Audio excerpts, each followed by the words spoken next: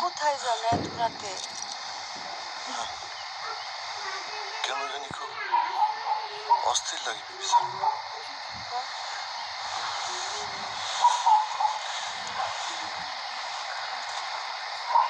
কেন, শরীর খারাপ করতেছে? না, মোনাজাত করতে গিয়ে বুকের মধ্যে কেমন জানি করে উঠলো।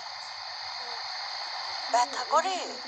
না, বুকের মধ্যে কেমন জানি হাহাকার করে উঠলো। এমন কেন হলো বুঝলাম না। বাইরে যাওয়ার কাজ নাই, যাই নামাজে বসে নফল নামাজ পড়েন। মসজিদে গিয়ে একটু বসে বিবেচান, দেখি মনটা শান্ত হয় কিনা। পরে যায়েন, ফজরের আজান হোক, ইমামতির জন্য যায়েন। ততক্ষণে ঘরে বসে নফল নামাজ পড়তে থাকেন, আমি ওযু করে আসতেছি, একসাথে বসে নফল নামাজ পড়বো। ঠিক আছে, মানুষ সহায়, কোথাও কারো কোনো অনিষ্ট হইল কিনা। অত চিন্তা করেন না তো, তাতে